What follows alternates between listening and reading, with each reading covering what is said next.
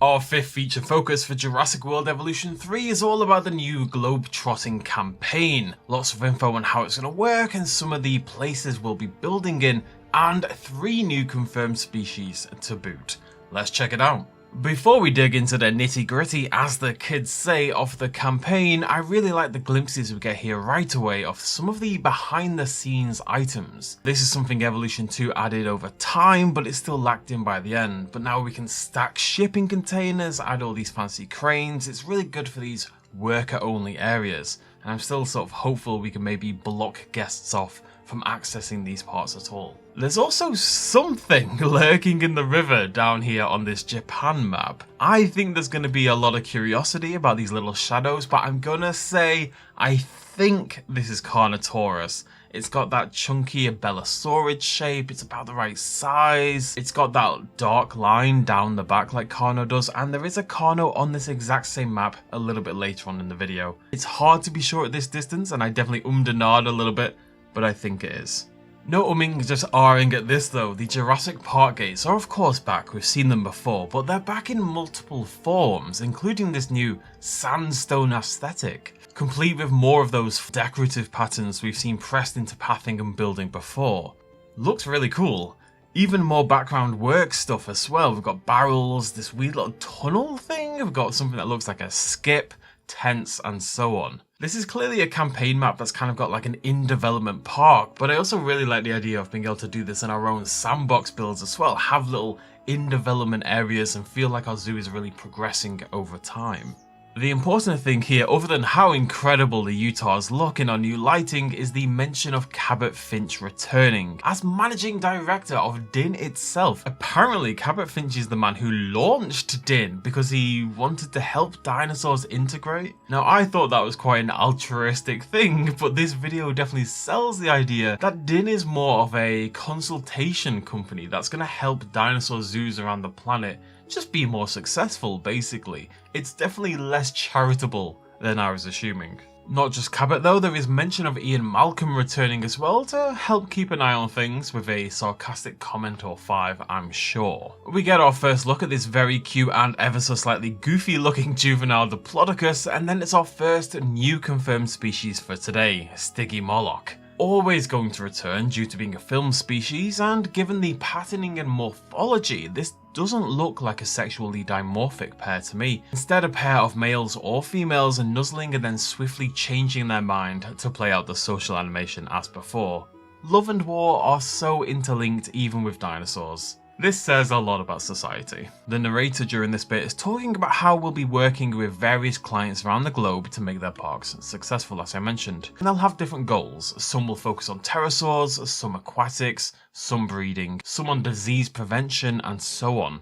I suspect every park will have a little bit of a niche it falls into to hopefully give the campaign a little bit of variety. We also get our first glimpse at the juvenile Dimorphodons during this segment. It's hard to parse them entirely because of the lighting in this fairly incredible looking shot. This is really beautiful stuff, one of my favourite shots they've shown so far. But they are there, you can just see these little guys just zoom past on the screen. Then we're onto the world map and the 6 different campaign levels, each with 5 stars to be earned. We're going to Montana, we're going to Nevada, we're going to Kauai in the US, Sichuan in China, Katsuyama in Japan, and then seemingly Western New Guinea in Indonesia, according to the map location. I don't know if this is an error on their part or my own ignorance here, but the map label says Nusa Tenggara, which is a group of islands in Indonesia. But it's these islands to the south and to the west, and Western New Guinea, which is where the map marker is not part, as far as I'm aware, of Nusa Tenggara. It might just be mislabeled for the video, we don't know if this is actually pulling from the campaign or if it's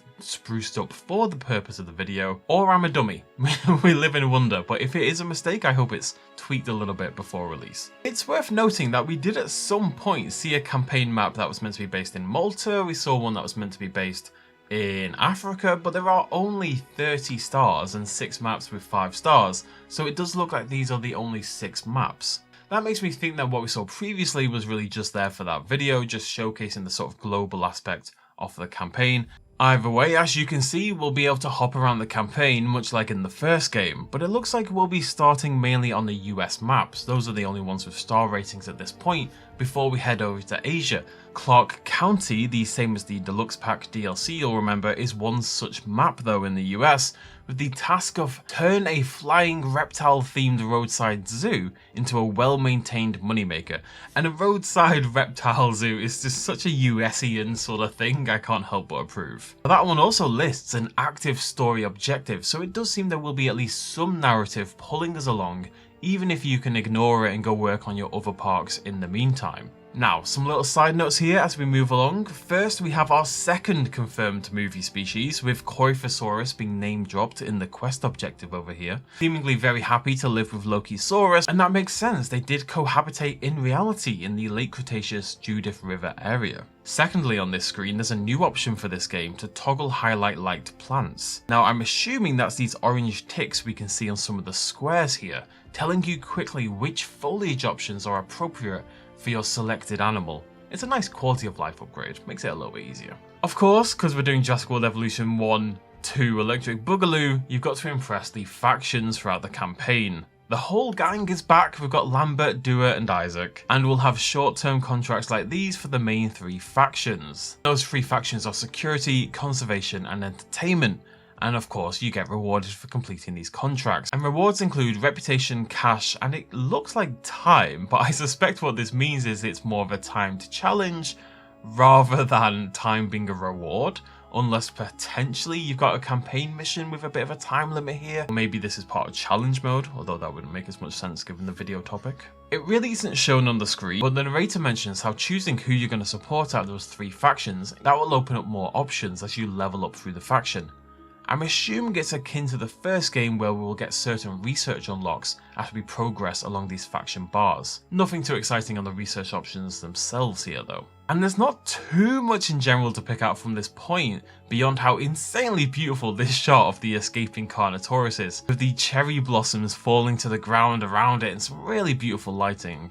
It's also a new patterning for the Carno with these much thicker, darker lines than the almost translucent looking pattern from the previous game, although I'm sure that's on the other sex. Finally, our third confirmed dinosaur and third movie genus of the day, Pachycephalosaurus. We were 99% on this one anyway from a statue previously seen, but now they are alive. Not only that, but we get to see the juvenile Pachycephalosaurus with this really fun social animation, practicing its headbutting on a parent who, unlike some of the other nonplussed dinosaurs, is not going to stand for such nonsense. They've done some great work on the juvenile with the skull shape in particular. It's much more flattened, it's been smoothed down, it's been pushed a little bit further backwards. It's very close to what we think a Pachycephalosaurid juvenile skull probably looked like. It's a little chunk, isn't it? Speaking of, this chunk of a Pachycephalosaurus on the right hand side also has a new pattern, and given the thick neck and body shape, I have to imagine this is the male. You may have also noticed what looks almost like an injury detail on the snout of the Pachycephalo, with this splash of crimson around the beak. Now it definitely looks like blood, but I think it might just be some slightly odd patterning, because as you can see it's present on both of the Pachycephalosauruses and they're not the same dinosaur. If you pay attention to the blue markings on the skull, on this one they're under the eye, but on this one they extend further down the snout. It's a different dinosaur, but it's got identical coloration, including that splash of red. The narrator was talking about Dewar and how she wants to protect the animals, which, well, let's just say that's not how I remember her from the first game in particular. And then it's Isaac's turn and entertainment, and another glimpse at the dinosaur encounter with these juvenile Gallimimuses come for a feeding. Unlike last time, they kind of fed from an empty hand. This time around, they eat a... well, I don't really know what it is. It kind of looks like a rice cake or something. It's cute though. I'm still very curious to see what else can and can't use this attraction. There's a little bit on the marketplace, nothing we haven't seen before, no hidden dinosaurs this time, and then a discussion on popping back to earlier parks when we've got new research, again similar to the first game. It's likely you won't even be able to 5-star a park until you've progressed in some of the others and unlocked a few new attractions, a few new higher quality dinosaurs, etc. There is a little quirk here on the attractions research though. This square is blank. It could just be an in-development icon, it could be something not available for this map, it could be an icon they don't want us to see yet. A little bit curious about this one. Finally, disasters are back. Individual to certain maps again. Rainstorms in Hawaii, sandstorms in Montana, twisters in such and such, and so on. Such and such always has twisters. It's a terrible place to live. They should act basically the same as the first game, though it would be cool to see at least one new addition to the selection. And then we finish off with this lovely showcase of the variety in visitor centres and the different styles of these respective parks. With that, one of our longest feature focuses draws to a close. We are somewhat close to the game's release now though, so there are less things to pick out from these. To sum it up, it does seem to be an Evolution 1 style campaign, but taken relatively global. Hopefully a tad less annoying at times. The first game had some wildly unbalanced missions, particularly on Isla Sorna from what I remember. I'd love a little bit more narrative thread between the levels as well compared to the past games, so hopefully that story mission mentioned earlier signifies just that.